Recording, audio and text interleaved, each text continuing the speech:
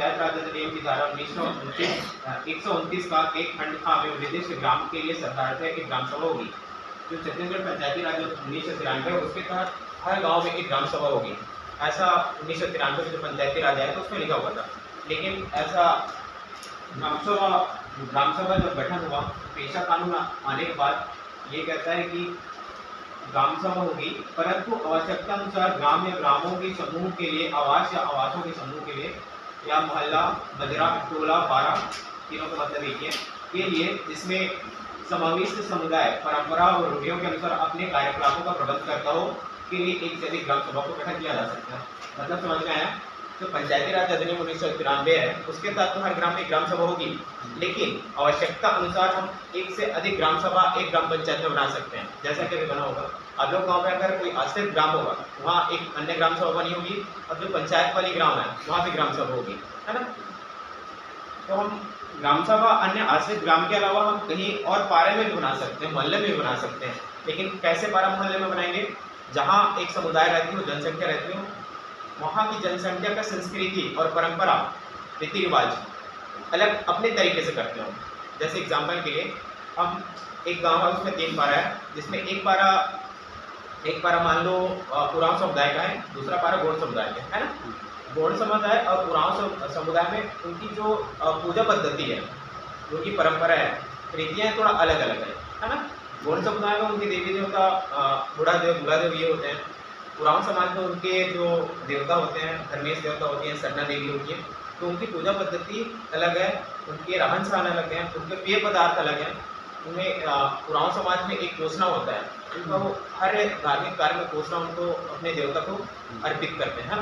तो ऐसा समुदाय 2 समुदाय जो अलग अलग अपनी संस्कृति या पूजा पद्धति अपनाते हैं, वहाँ अलग अलग ग्राम सभा हो सकती है। ठीक है, ये कहने का मतलब ये है कि यहाँ पर एक ग्राम पंचायत में एक से अधिक ग्राम सभा हो सकती है। अगर किसी अनुसूचित क्षेत्र के ग्राम सभा को छत्तीसगढ़ पंचायती राज अधिनियम 1993 की धारा 7 एवं 129 गार के अनुसार शक्तियाँ देते होंगी। इसके अतिरिक्त उन नियमों के अधीन जो राज्य सरकार नियमित बनाए और साधारण या विशेष आदेशों के जो राज्य सरकार द्वारा समय समय पर जारी किए गए अधीन रहते हुए ग्राम सभा की निम्नानुसार शक्तियों प्रेरित होगा। हम देखते हैं ग्राम सभा क्या शक्ति होगी। ग्राम पंचायत के कार्यों की प्रगति की नियमित परीक्षण करना। मतलब ग्राम पंचायत क्या काम करती है अपने गांव में? शासकीय योजनाओं का पालन, शासकीय योजनाओं का क्रियान्वयन करती है, शासकीय योजनाओं के साथ साथ निर्माण संबंधी भी कार्य करती हैं। आवास जैसे हो गया है ना, कहीं डबरी निर्माण करवाना है, वहाँ से प्रस्ताव पारित करती है। तो ग्राम सभा के पास यह शक्ति है कि जो है ना, कार्यपालिका प्रमुख हैं, उनके कार्यों का पर्यवेक्षण कर सकेंगे। मतलब वो ग्राम सभा के पास शक्ति है कि उनके कार्यों का देखरेख कर सकती है ना, और उसे उनको निर्देश दे सकती है कि ये काम थोड़ा अच्छा नहीं हो रहा है, थोड़ा अच्छा तरीके से कर सकते हैं हम लोग, है ना। पर्यवेक्षण का मतलब यही, देखरेख कर सकती है, उसे निर्देश दे सकती है ना। ग्राम सभा के पास ये शक्ति है। दूसरा देखते हैं, ग्राम की भूमि पर अनधिकृत निर्माण। अनधिकृत निर्माण का क्या मतलब यहाँ पर है ना? ये अनधिकृत निर्माण या अतिक्रमण की स्थिति में समीक्षा करना और उन्हें हटाने के संबंध में तहसीलदार को अवगत कराना। यहाँ पर विशेष ध्यान देना, यहाँ पर लिखा है तहसीलदार को अवगत कराना। यहाँ पर ग्राम सभा को यहाँ कोई शक्ति नहीं दी गई है कि आप उसको हटवाएं, है ना। ग्राम सभा को बस इतनी शक्ति दी है कि वो तहसीलदार को सूचित करेंगे, है ना। अवैध कब्जा या बेजा कब्जा हो रहा है, उसको सूचित करेंगे, है ना। तीसरा देखते हैं गौड़ खनिज। गौड़ खनिज समझते हैं आप सब लोग? गौड़ खनिज है कोयला।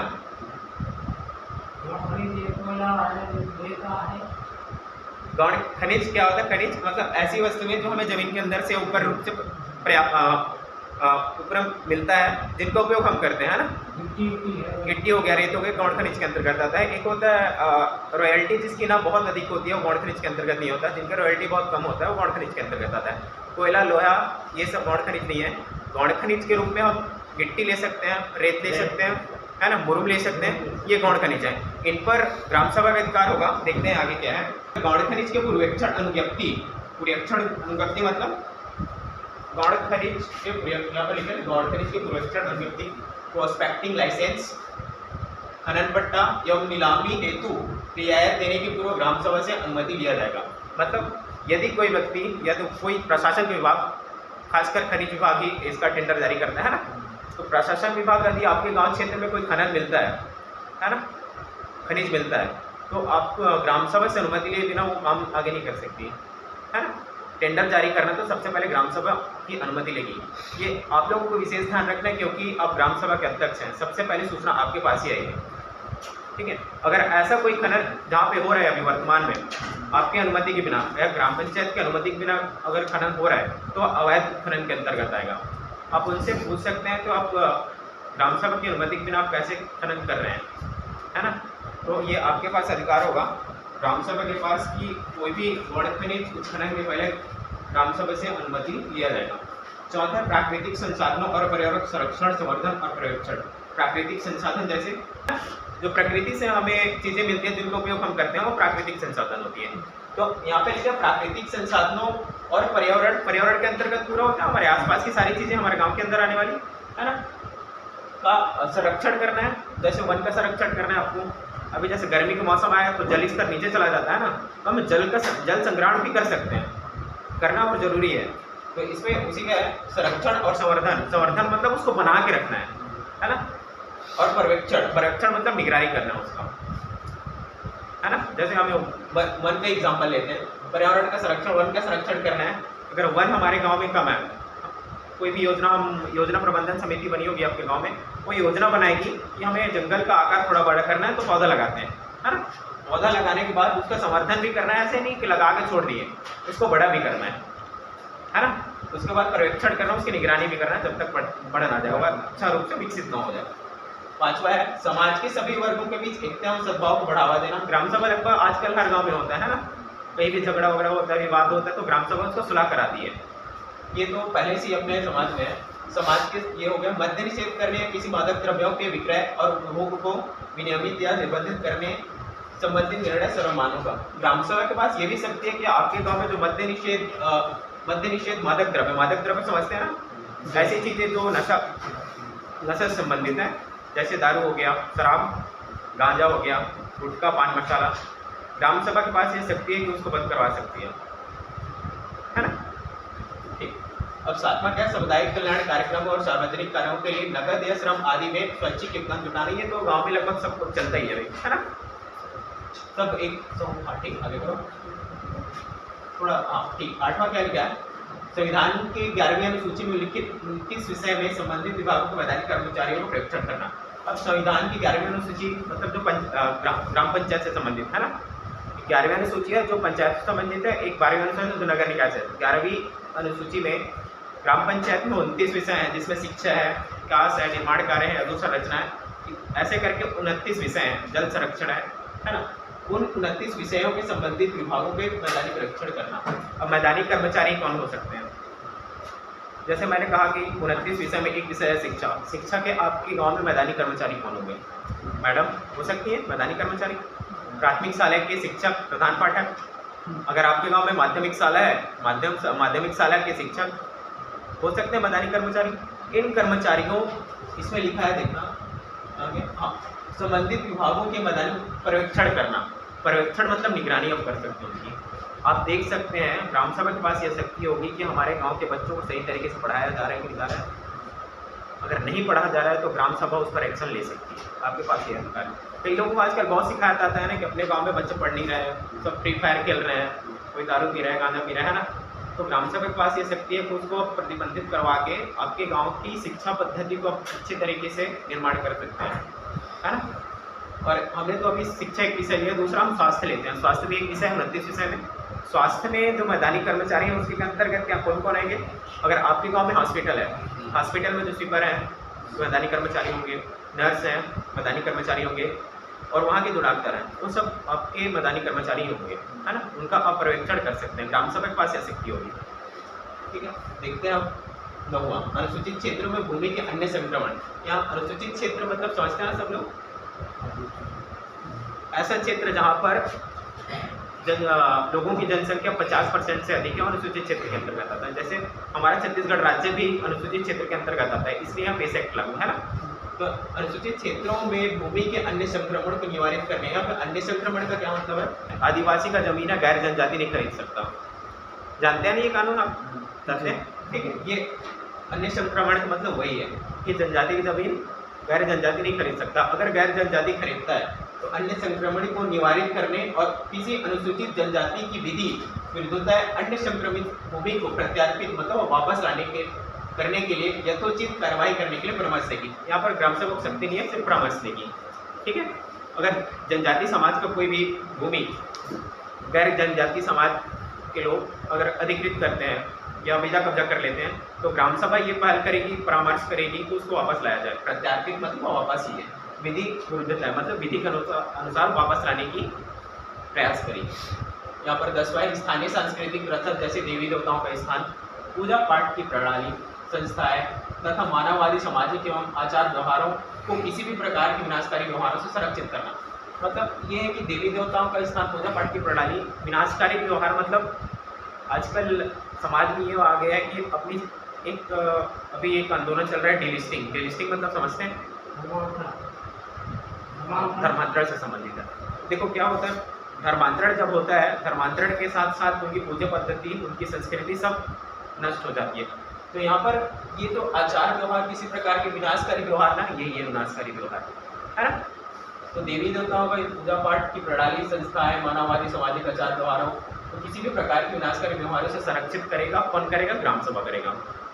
एक ग्राम सभा करेगा। एक आप लोगों ने पिछले 2 महीने शायद कांकेर में 2 गाँव के बीच झड़प हो गई थी, ऐसा न्यूज़ देखा था क्या आपने?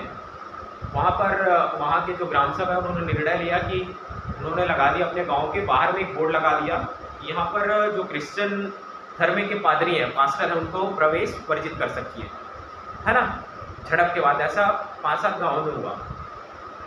तो जो पादरी हैं और जो पास्टर उन्होंने इस पर केस कर दिया, हाई कोर्ट चले गए वो कि जो आर्टिकल 25 है कॉन्स्टिट्यूशन का, संविधान का, जो सबसे बड़ा कानून है ना, संविधान का 25 का जो अनुच्छेद है उसमें धार्मिक प्रचार प्रसार का शक्ति देती है, फंडामेंटल राइट में, है ना। धार्मिक प्रचार प्रसार कोई भी कर सकता है। तो उसमें धार्मिक प्रचार प्रसार इस आधार पर उन्होंने हाईकोर्ट गया, हाईकोर्ट में उन्होंने याचिका दायर करी कि हमें तो धार्मिक प्रचार प्रसार करने का अधिकार है, तो हमें क्यों रोका जा रहा है उस गाँव में, है ना। तो फिर जो वकील थे यहाँ ग्राम सभा की ओर से आ गए थे, उन्होंने बताया कि पेशा एक्ट के अंतर्गत ग्राम सभा को यह अधिकार है कि वो अपने देवी देवताओं का स्थान, पूजा पाठ की प्रणाली, मानववादी आचार, ये वाला जो सेक्शन है विनाशकारी व्यवहार को संरक्षित करेगा। वो इस अधिकार को लेकर हाईकोर्ट गए। तो हाईकोर्ट ने याचिका मतलब ग्राम सभा के पक्ष में वो निर्णय दिया। ग्राम पक्ष में निर्णय के देने के बाद वो केस सुप्रीम कोर्ट भी गया, दिल्ली भी गया। दिल्ली में जो सुप्रीम कोर्ट ने, उन्होंने भी हाई कोर्ट का जो निर्णय था उसको बरकरार रखा, उस पर कोई अपना टिप्पणी नहीं की और बरकरार करके ये निर्णय छोड़ दिया। तो ग्राम सभा के पास ये अधिकार है कि अपनी पूजा पद्धति प्रणाली, अपनी संस्कृति है, रीति रिवाज है, आदिवासी परंपरा है, उसको संरक्षित कर सकता है। ठीक है, ग्राम सभा हो गया। और ये ग्राम सभा अध्यक्ष, ये आपके विषय में आप उनसे ध्यान देना है ना। ग्राम सभा अध्यक्ष, ठीक, ये है। ग्राम पंचायत के प्रथम सम्मेलन के बाद 1 माह के भीतर ग्राम सभा अपने अध्यक्ष का निर्वाचन करेगा। अब यहाँ पर लिया ग्राम पंचायत के प्रथम सम्मेलन, मतलब जब चुनाव होता है ग्राम पंचायत में नए निर्वाचन अधिकारी निर्वाचित होते हैं, पंच होते हैं, सरपंच होते हैं, उप सरपंच होते हैं। उनके प्रथम सम्मेलन के बाद 1 माह के भीतर ग्राम सभा का अध्यक्ष होना है। लेकिन ऐसा तो नहीं हुआ होगा मेरे ख्याल से, आप लोग ऐसे नहीं चुने गए होंगे, है ना। क्योंकि जब 2022 में जब कानून पारित हुआ उसके बाद जो सहायक अधिकारी उन्होंने आपको निर्देश देकर ही मतलब निर्वाचन करवाया गया हो ग्राम सभा। देखते हैं आगे। दूसरा क्या है? ये क्वेश्चन अभी पूछ सकते हैं कि लास्ट? हाँ, पूछ सकते हो, कभी पूछ सकते हो क्वेश्चन, जहाँ डाउट हो ना पूछ सकते हो। यहाँ तो ऐसा होता नहीं, लेकिन जैसे इस क्षेत्र में नहीं होता ना। हाँ, इसीलिए आप यहाँ आए हैं। ठीक है, इसीलिए आप यहाँ ग्राम अध्यक्ष का निर्वाचन होता है वो पंचायत लेवल में हो जाता है। हाँ, वो पंचायत के ही अंडर है करना है। मैं समझ गया, तो नहीं होता, इसीलिए आप लोग प्रशिक्षण में आए हैं। जी अपने गांव में जाके अभी मैं क्वेश्चन करूं या लास्ट में करूं? हाँ, अब मैं अभी डिस्टर्ब हो सकता है ना, इसीलिए आप ट्रेनिंग दीजिए। ठीक है। ग्राम सभा अध्यक्ष अनुसूचित जनजाति वर्ग से होकर जो ग्राम पंचायत का सरपंच या उप सरपंच या सदस्य नहीं होगा। ये लाइन समझ में आई? ग्राम सभा का अध्यक्ष केवल अनुसूचित जनजाति के वर्ग से होगा, मतलब आदिवासी ही होगा। उस ग्राम पंचायत के सरपंच नहीं होंगे, उप सरपंच नहीं होंगे, पंच नहीं होंगे, और उस पंचवर्षीय में हारे हुए प्रत्याशी भी नहीं होंगे। नेक्स्ट में वही लिखा है, देखते हैं। ग्राम पंचायत के जिस कार्यकाल में ग्राम सभा अध्यक्ष का निर्वाचन किया जाना है उस कार्यकाल में ग्राम पंचायत स्तर के किसी भी पद पर पराजित प्रत्याशी ग्राम सभा अध्यक्ष नहीं बन सकेगा। ठीक, समझ आया? ठीक है। ग्राम सभा का अध्यक्ष अनुसूचित जनजाति का ही होगा। उसमें सरपंच ग्राम सभा अध्यक्ष नहीं होगा, पंच नहीं होगा, उप सरपंच नहीं होगा। उसके अलावा उस पंचवर्षीय में हारे हुए प्रत्याशी भी नहीं होंगे। अगर सरपंच के लिए कोई व्यक्ति खड़ा है, वो हार गया है, वो भी ग्राम सभा का अध्यक्ष नहीं बनेगा। पंच के लिए कोई व्यक्ति खड़ा है, वो हार गया है, वो भी ग्राम सभा अध्यक्ष नहीं होगा। आप लोग ये विशेष ध्यान देंगे, क्योंकि ग्राम सभा अध्यक्ष ही बैठक करवाना है, ग्राम सभा आप लोगों की बैठक करवाना है और सचिव भी इसमें सहयोग करेगा आप लोगों को, ठीक है। ये समझ आ गया, तीसरा है ना। चौथा थोड़ा इसको लिख दें। हाँ बस, ग्राम सभा अध्यक्ष का निर्वाचन ग्राम सभा में उपस्थित सदस्यों द्वारा सर्वसम्मति और बहुमति से किया जाएगा। सर्वसम्मति मतलब समझते हैं, सबका राय होना चाहिए, सबका हाँ होना चाहिए, ना किसी का नहीं होना। और बहुमत से भी कर सकते हैं। बहुमत मतलब जो संख्या में ज़्यादा है, जैसा वोटिंग सिस्टम होता है वैसी, है ना। पांचवा, अध्यक्ष का कार्यकाल 1 वर्ष होगा।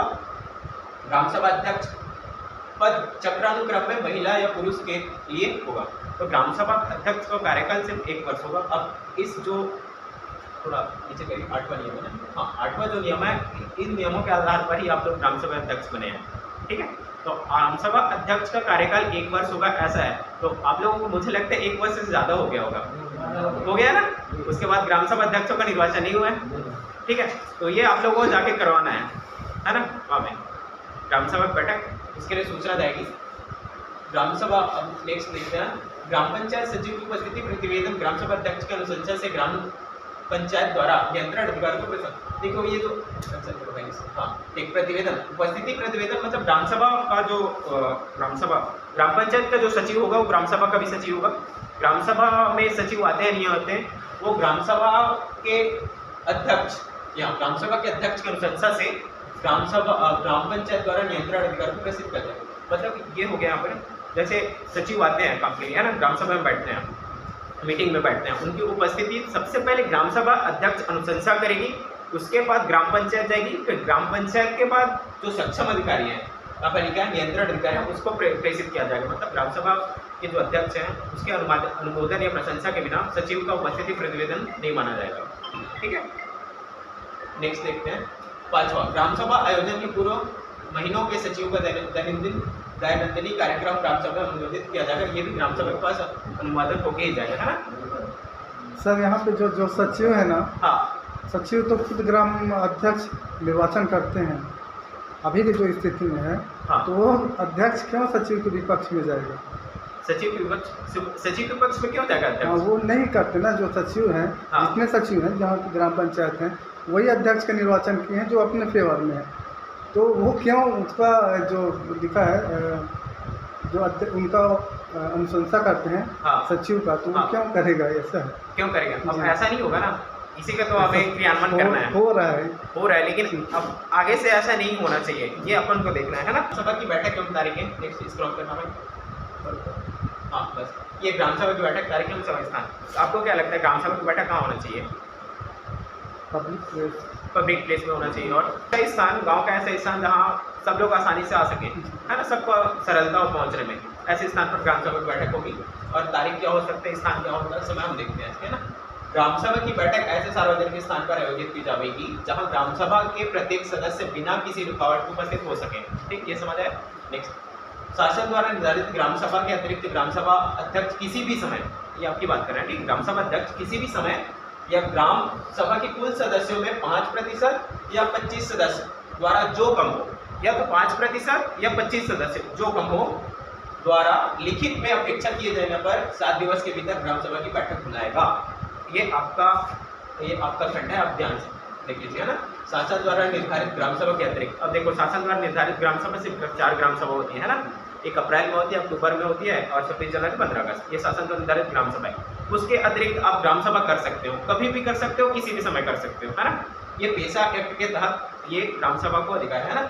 इसमें लिखे ना, अतिरिक्त ग्राम सभा अध्यक्ष किसी भी समय ग्राम सभा के कुल सदस्यों में 5% या 25 सदस्यों द्वारा जो भी गमों द्वारा लिखित में अपेक्षा किए जाने पर 7 दिवस के भीतर ग्राम सभा की बैठक बुला सकता है। सचिव का उपस्थित अनिवार्य नहीं है। सचिव की उपस्थिति अनिवार्य भी है, नहीं भी है, लेकिन देखो सचिव क्या करेगा ना, ग्राम सभा में जो भी निर्णय लिया जाएगा सचिव को उसमें साइन होगा, और वहीं पर उसका उपस्थिति प्रतिवेदन बनाना पड़ेगा, जो ऊपर हमने पढ़ा है ना।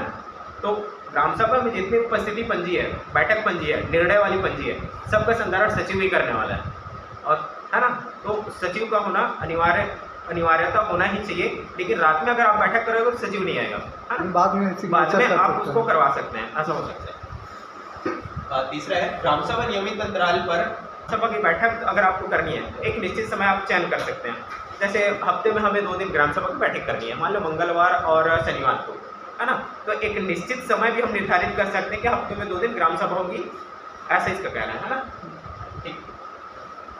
आयोजित होती नियमित, हाँ, ऐसी नियमित बैठक की तिथि, समय और स्थान ग्राम सभा द्वारा ही स्थायी रूप से तय किया जा सके। वो ग्राम सभा के ऊपर मतलब ऊपर है कि आप दिन डिसाइड कर सकते हैं कि इस दिन आपको ग्राम सभा की बैठक करनी है। इसके लिए पूर्व सूचना की आवश्यकता नहीं होगी, है ना? पर मतलब जो स्थायी आपने चयन कर लिया कि मंगलवार और शनिवार को बैठक करना है ग्राम सभा का, इसके लिए पूर्व सूचना की आवश्यकता नहीं होगी। लेकिन अगर आपको ऐसा निर्धारित नहीं करना है, हम लोग मुनादी करवा के ग्राम सभा कराएंगे, है ना? तो उसके लिए पूर्व सूचना जरूरी हो जाएगी। यहाँ पर इसलिए इसके लिए पूर्व सूचना की आवश्यकता नहीं होगी, परंतु ऐसी बैठक के लिए 3 दिन पहले गांव में ऐसी बैठक की सूचना की मुनादी की जाएगी। ठीक है? अगर आपको दिन चयन करना है ग्राम सभा में, इस तारीख को ग्राम सभा चयन करना है, तो उसके 3 दिवस पहले मुनादी के थ्रू आप पूरे गाँव वाले को जानकारी दे देंगे इस बारे में, है ना? छठा क्या है, अनिवार्य 6 ग्राम सभाओं की बैठक आयोजित होने के 3 दिवस पूरे ग्राम पंचायत की बैठक होगी। ग्राम सभा बैठक पश्चात ग्राम पंचायत की आगामी मासिक बैठक में ग्राम सभा में लिए गए निर्णय अनुसार उचित कार्रवाई सुनिश्चित की। मतलब अनिवार्य 6 ग्राम सभा, ऐसा कि ग्राम सभा अनिवार्य साल में 6 बार तो करना ही करना है ना? आयोजित होने के 3 दिवस ग्राम पंचायत की बैठक होगी। मतलब जो लास्ट वाला जो ग्राम सभा की बैठक होगी 6, उसमें अंत का 6वां होगा, या तो उससे भी ज़्यादा कर सकते हैं, लेकिन उससे पहले ग्राम पंचायत की बैठक होगी। ये अंत में क्या करना पड़ेगा, है ना? 5वां देखते हैं, ग्राम सभा की वार्षिक बैठक ग्राम पंचायत के मुख्यालय पर होगी। साल के अंत में लास्ट वाली जो ग्राम सभा है वो मुख्यालय में ही होगा, जो पंचायत की मुख्यालय वहाँ भी होगी, है ना? ग्राम सभा की गणपूर्ति और कोरम, कोरम क्या होता है समझते हैं? उपस्थिति। हाँ, उपस्थिति मतलब ऐसे न्यूनतम जनसंख्या गाँव की जिसके बिना हम ग्राम सभा का जो क्या बोलते हैं संचालन, ग्राम सभा का संचालन नहीं कर सकते, है ना? हाँ, बैठक नहीं कर सकते, संचालन नहीं कर सकते। चलो देखते हैं इसको। ग्राम सभा की बैठक का कोरम ग्राम सभा के कुल सदस्यों की 1/3 से होगी। समझ में आया क्या? अब एक किसकी 1/3 होगी? मतलब जितने भी ग्राम सभा के सदस्य हैं, मतलब मतदाता सूची में जितने हैं, उसका 1/3 ग्राम सभा में उपस्थित होना अनिवार्य है ना? इसके कहने का मतलब ये है, ग्राम सभा की बैठक का कोरम ग्राम सभा के कुल सदस्यों की 1/3 से होगी, जिसमें 1/3 महिला सदस्य होंगी। 1/3 महिला, आपके गांव में जितने भी महिला है ना, मतलब वोटर लिस्ट में जितनी महिला हैं उसका 1/3 भी वहाँ उपस्थित होना है महिलाओं को। इसमें महिलाओं को भी प्राथमिकता दी है, उनका भी आवाज़ सुनना अपन को, है ना? की भी समस्याएं सुननी है। तो इसमें लिखा है, हाँ, महिला 1/3 महिला सदस्य, परंतु भूमि अधिग्रहण, पुनर्वास और भूमि वापसी तथा सामुदायिक संसाधन के संबंध में कोई भी निर्णय हेतु कोरम कुल सदस्यों का 50% अनिवार्य होगा, जिससे 1/3 से अन्यून महिलाएं सदस्यों की 1/3 से अन्यून मतलब 1/3 ही है ना? इसमें 4 विषय हैं। भूमि अधिग्रहण, पुनर्वास और भूमि वापसी और सामुदायिक संसाधन। इन 4 विषय पे अगर आपको ग्राम सभा बैठक करनी है, उसके लिए न्यूनतम कोरम 50% अनिवार्य है। यहाँ पे 1/3 नहीं चलेगा। यहाँ पे भूमि अधिग्रहण का मतलब, मान लो आपके गांव से कोई भी नेशनल हाईवे गुजर रहा है, भूमि अधिग्रहण करना है, उसके विषय में आपके पास जानकारी है, तो आपको ग्राम सभा बैठक बुला दी है ना? तो भूमि जो अधिग्रहण वाला मामला है, इस पर 50% आपके वोटर लिस्ट का होना जरूरी है, उसमें भी 1/3 महिलाएं जरूरी है। ये आपको ध्यान रखना है कि आपकी ग्राम सभा में जो कोरम है वो पूर्ण हो, है ना? तभी आपका निर्णय भी मान्य होगा। जैसे मान लेते हैं, हम एग्जांपल लेते हैं, कहीं पे डैम बनाना है, उस डैम के अंतर्गत बहुत बड़ी परियोजना है, डैम के अंतर्गत कोई गाँव आ रहा है, उस गाँव को वहाँ से हटा दिया गया, मुआवजा दिया गया, है ना? उसके बाद अगर गाँव में जो नहर बोलते हैं यार, डैम बनाने के बाद नहर संचालित हुई, है ना? मान लो 20-30 साल बाद वो डैम पर पानी नहीं रुक रहा है, हमने ऐसी व्यवस्था नहीं बनी, तो पुनर्वास मतलब पुनः वापस आने के लिए ये पुनर्वास है, वापस आना। इस संबंध में भी 50% कोरम होगी। और भूमि वापसी मान लेते हैं किसी ने आपका भूमि कब्जा कर लिया, है ना? कब्जा कर लिया, उस विषय पर ग्राम सभा आपको बुलानी है, उस विषय पर बातचीत करनी है, निर्णय लेना है, तो वहाँ पर भी 50% कोरम आवश्यक होगा। ठीक है? भूमि वापसी होगी। सामुदायिक संसाधन मतलब ऐसा संसाधन जिसको पूरे गांव वाले यूज़ करते हैं, जैसे नदी का पानी पूरे गांव वाले यूज़ करते हैं, इस विषय पर बात करना है। अगर मान लो आपको नदी का पानी है, वहाँ डैम बनाना है ना? डैम बनाना है इस विषय पर, तो इस जो सामुदायिक संसाधन है उस हिसाब पर 50% कोरम यहाँ भी अनिवार्य होगा। मतलब ये जो 4 विषय है ना वहाँ पर 50% अनिवार्य होगा कोरम, और 1/3 तो महिला दोनों जगह है ना। तो नॉर्मल बैठक होगी और जो 4 विषय पर बैठक होगी उस पर 1/3 महिला दोनों जगह। ठीक है, नेक्स्ट देखते हैं। यदि ग्राम सभा में कोरम पूर्ति नहीं होती है तो ग्राम सभा अध्यक्ष ऐसी बैठक को आगामी तारीख या समय के लिए स्थगित कर सकता है। आपके पास ये अधिकार होगा अगर कोरम कंप्लीट नहीं होता है, मतलब ग्राम सभा आपने बैठाने के बाद एक तिहाई महिला नहीं आई, 1/3 वोटर्स नहीं आए, ग्राम सभा के सदस्य नहीं है, तो आप उसको स्थगित कर सकते हो, है ना। ये आपके पास शक्ति है, स्थगित कर देगा तथा आशय का सूचित सूचना विहित रीति से दिया जाएगा। आशय की सूचना विहित रीति से दिया जाएगा मतलब उसे ग्राम सभा में स्थगित हो गया तो आगामी बैठक हम कब करने वाले हैं, ऐसा उसका कहना है ना। तीसरा है, दो स्थगित बैठकों में भी कोरम पूर्ति आवश्यक होगी, किंतु तीसरी स्थगित बैठक में कोरम पूर्ति आवश्यक नहीं हो गया था। देखो, पहली बैठक आपने करी, कोरम नहीं आया, आपने स्थगित कर दिया, ठीक है। दूसरी बैठक आपने बुलाया, उसमें भी कोरम नहीं आया, तो आप क्या करोगे? क्या बैठक संचालित कर दोगे या स्थगित करोगे? इसमें भी स्थगित है, दूसरे में भी स्थगित है ना, दूसरा बैठक में भी स्थगित है। लेकिन क्या कह रहे हैं, किंतु तीसरी स्थगित बैठक में कोरम पूर्ति आवश्यक नहीं होगी। जब तीसरी बार बैठक बुलाएंगे अगर कोरम नहीं आता तो उसमें संचालित आपको करना पड़ेगा, ठीक है। परंतु भूमि अधिग्रहण, पुनर्वास, भूमि वापसी तथा सामुदायिक संसाधन जो 4 विषय पहले आए थे, उस संबंध में कोई भी निर्णय हेतु 2 स्थगित बैठकों के बाद स्थगित बैठक में भी कम से कम 25% कोरम पूर्ति आवश्यक है। समझ गए? जो 4 विषय है या भूमि अधिग्रहण, पुनर्वास, भूमि और सामुदायिक, इसमें तीसरी स्थगित बैठक नहीं हो, स्थगित बैठक के बाद संचालित नहीं कर सकते। इसमें भी 25% आपको ग्राम सभा सदस्य जरूरी है, उसका कोरम जरूरी है, ठीक है। अब निर्णय लेने का तरीका क्या होगा ग्राम सभा का, देखते हैं। चलो, ग्राम सभा में सामान्यतः सर्वसम्मति निर्णय लिए जाएंगे, है ना। ग्राम सभा में जो निर्णय लिए जाएंगे वो सर्वसम्मति से होने चाहिए। अगर बहुमत की स्थिति बनते हैं तो बहुमत से भी कर सकते हैं। आगे देखते हैं ना। सर्वसम्मति नहीं होने पर बैठक आगामी तिथि को अधिकतम 7 दिवस तक हो सकती है के लिए स्थगित की जाएगी, जिसकी सूचना बैठक में दी जाएगी। मतलब सर्वसम्मति नहीं बनने पर उसको स्थगित हम कर सकते हैं, है ना। आगामी बैठक के लिए हम सूचना भी दे सकते हैं। तीसरा कहता है 2 बार सर्वसम्मति नहीं होने की स्थिति में तीसरी बैठक में नियम 11(3) जो ऊपर हमने पढ़ा अभी 11(3) है, ये 12वां नियम है। 11(3) क्या रहते हुए उक्त बैठक में सदस्यों के बहुमत द्वारा उक्त मतदान से फैसला किया जाएगा। मत बराबर होने की स्थिति में अध्यक्ष का मत निर्णायक होगा। इस पर क्या किया कि 11(3) कहते थे जो ऊपर हमने पढ़ा, है ना। 2 स्थगित बैठक के बाद तीसरा हम संचालित इसमें भी कर सकते हैं, मतलब निर्णय लेने की स्थिति में निर्णय ले सकते हैं। लेकिन इसमें लिखा है अगर स्थगित नहीं होता है 2 बार सर्वसम्मति होने की स्थिति में बैठक 11(3) कहते थे रहते उक्त बैठक में सदस्य बहुमत द्वारा उक्त मतदान करेगा। सर्वसम्मति नहीं बैठते तो फिर बहुमत के माध्यम से हम निर्णय ले सकते हैं, ठीक है। मत बराबर होने की स्थिति में अध्यक्ष पद निर्णायक होगा। इसका कहने का मतलब ये है कि अगर मत बराबर हो जाता है कोई भी विषय पर हमें निर्णय लेना है, बहुमत हुआ, दोनों बहुमत 25-25 हो गए, निर्णय कहाँ जाए, है ना, दोनों बराबर पक्ष हो गए। तो ऐसी स्थिति में अध्यक्ष के पास चुनाव करने का अधिकार है कि वो कौन से पक्ष में जा सकता है, वही आपका मत निर्णायक होगा फिर, है ना। आगे इसमें लिखा ग्राम सभा के 10% या 50 लोग जो भी कहो के द्वारा ग्राम सभा के अध्यक्ष को लिखित में ग्राम सभा के किसी निर्णय पर पुनर्विचार हेतु आवेदन करने पर ग्राम सभा की अगली बैठक में रूप से पुनर्विचार किया जाएगा।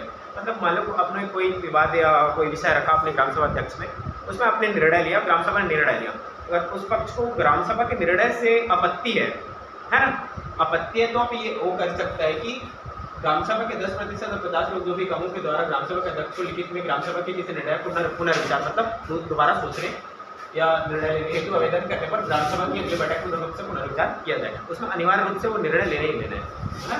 नेक्स्ट देखते हैं, ये सचिव का काम है। इसको भी जानना चाहेंगे ना, मैं बता देता हूँ जल्दी जल्दी, है ना। ग्राम सभा में लिए गए निर्णयों को पंजीबी दराज करना ग्राम सभा के उसी बैठक में सभी सदस्यों को समक्ष पढ़कर सुनाएगा। मतलब ग्राम सभा में जो आपने निर्णय लिया है ना, निर्णय लिया उसको ग्राम सभा को पढ़ के बताना है आप लोगों को। इसका कहने का मतलब ये तो कार्यवाही पंजी पर अध्यक्ष एवं सचिव द्वारा हस्ताक्षर किया जाएगा जो आपने निर्णय लिया है ना, तो सचिव उसमें भी साइन करेंगे, आपका भी साइन होगा उसमें। तथा उपस्थित सदस्यों की संख्या दर्ज की जाएगी, उसमें उपस्थिति पंजी अलग से बनेगी उस बैठक की, है ना। उपस्थिति पंजी पृथक से संधारित की जाएगी, उपस्थिति पंजी अलग से बनाना होगा। आपका जो निर्णय लेते हैं ग्राम सभा का वो अलग बनाना होगा, है ना। इसमें कार्यवाही करने पर अध्यक्ष और सचिव दोनों का हस्ताक्षर होंगे। चलो आगे, बैठक करवाई उन्होंने हिंदी में, देवनागरी लिपि, स्थानीय भाषा एवं लिपि में। स्थानीय भाषा मतलब छत्तीसगढ़ी में भी आप लिख सकते हैं ना, देवनागरी लिपि होनी चाहिए। हिंदी तो सब लोग लिख ही लेते हैं, छत्तीसगढ़ी में लिख सकते हैं। ग्राम सभा की कार्यवाही विवरण की प्रति सचिव द्वारा ग्राम पंचायत को 3 दिवस के भीतर अंदर प्रस्तुत की जाए। तो ग्राम सभा जिसे निर्णय लेगी, है ना, कोई से विषय में, मान ली योजना बनाना है, कहीं पर विवाद हो गया, उस पर निर्णय लिया, उसको ग्राम सभा अध्यक्ष ग्राम पंचायत में सूचना करेगी 3 दिवस के भीतर। ग्राम पंचायत मतलब सरपंच को बताएंगे, लोग पंचों को बताएंगे। वैसे भी सरपंच पंचायत कोई भी कहीं भी होता है ग्राम सभा, उसमें उपस्थित रहते ही हैं। चलो देखते हैं, ग्राम सभा के निर्णयों आपत्ति होगा। ग्राम सभा के निर्णय पर आपत्ति होने पर क्या स्थिति बनेगी? ग्राम सभा के निर्णय से प्रभावित व्यक्ति या शासकीय विभाग ग्राम सभा में अपील कर सकता है। इस पर 30 दिवस के भीतर ग्राम सभा की बैठक में पुनर्विचार हो सकता है। यदि आपने कोई भी निर्णय लिया, मान लो हम एग्जाम्पल लेते हैं कि मान लो माइनिंग डिपार्टमेंट ने आपके गाँव में खनन का काम स्टार्ट करना है, उसमें आपसे अनुमति ली, खनन करना है, ठीक है। आपने निर्णय लिया कि हम जो खनन कर रहे हैं उसमें हमारी कुछ शेयर होंगे, मान लो 30%। आपका जो रोजाना आय होता है उसका 30% ग्राम सभा को आपको देना होगा, ये आपने निर्णय लिया। लेकिन जो शासन के विभाग है, माइनिंग डिपार्टमेंट, उसको ये पसंद नहीं आ रहा है, ठीक है, ये पसंद नहीं आ रहा है, तो क्या करेगा? वो करेगा, इसमें लिखा ग्राम सभा के निर्णय से प्रभावित व्यक्ति या शासकीय विभाग, माइनिंग डिपार्टमेंट फॉर एग्जाम्पल अभी हम लिए हैं, ग्राम सभा में अपील कर सकता है। ग्राम सभा आपको पुनः आपके पास आ सकता है। 30 दिवस के भीतर ग्राम सभा में बैठक में पुनर्विचार हो सकता है, ठीक है, ये आपके पास है। और ग्राम सभा में पुनर्विचार नहीं होने या ग्राम सभा के निर्णय से संतुष्ट नहीं होने पर अनुविभागीय अधिकारी, राजस्व मतलब SDM, है, के समक्ष अपील किया जा सकता है। आपके जो निर्णय है उससे शासन, अगर जो शासन का विभाग है वो संतुष्ट नहीं है तो अपील कर सकते हैं SDM के पास, फिर वो अपनी कार्रवाई करेंगे। ग्राम सभा की कार्यकारी समिति ग्राम पंचायत होगी, ठीक है। यहाँ पर ग्राम पंचायत को कार्यकारी समिति बना दिया गया है। मतलब ग्राम सभा में 2 समितियाँ हैं, एक ग्राम सभा वाली समिति, एक पंचायत वाली समिति। पंचायत का काम करना होगा, आपका काम योजना बनाना, और ग्राम सभा में जो निर्णय हैं उसको करना है ना। देखते हैं, ग्राम पंचायत ग्राम सभा के अधीक्षण, निर्देशन और नियंत्रण में कार्य करेगी। मतलब ग्राम पंचायत मनमाने ढंग से काम नहीं कर सकती, और ग्राम सभा के निर्देशन के अनुसार ही काम करेगी, उनकी नियंत्रण में काम करेगी।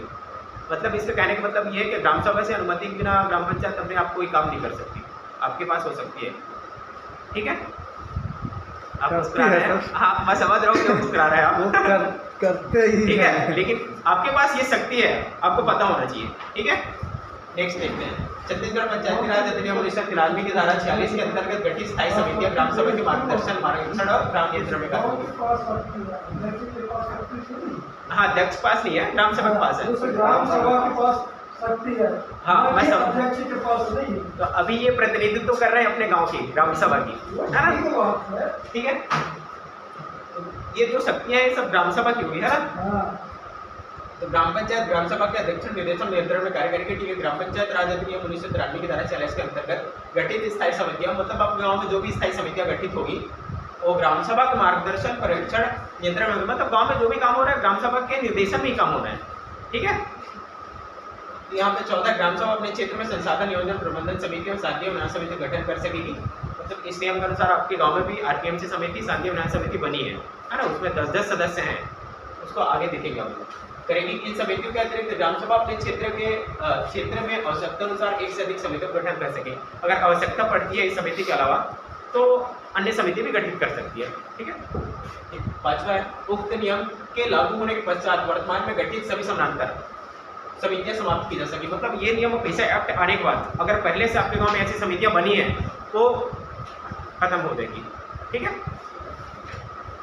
और यह प्रयास किया जाएगा प्रत्येक ग्राम सभा को यही, अरे यार हम लोग तो ऊपर उक्त नियम के लागू होने के पश्चात वर्तमान में गठित सभी समानांतर समितियां समाप्त की जा सकेगी एवं भविष्य में अन्य कोई भी समानांतर समिति ग्राम पंचायत या ग्राम सभा के अधीन गठित की जा सकती है।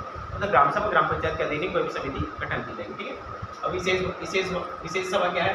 विशेष सभा महिला सभा, बाल सभा की बैठक, इसका भी देखते हैं। महिला सभा में गांव की सभी वयस्क की महिला सदस्य होगी, वयस्क मतलब जो 18 वर्ष से ऊपर हो चुके हैं। अध्यक्ष अनुसूचित, इसका भी अध्यक्ष अनुसूचित जनजाति वर्ग से होगी। यह प्रयास किया जाए कि प्रत्येक ग्राम सभा के पूर्व महिला सभा हो, किंतु वर्ष में कम से कम 2 बैठकें अनिवार्य होगी। मतलब महिला, रुको है ना, महिला सभा मतलब जिसमें केवल महिलाएं ही उपस्थित होगी। ऐसी सभा साल में 2 बार अनिवार्य रूप से करना ही करना है।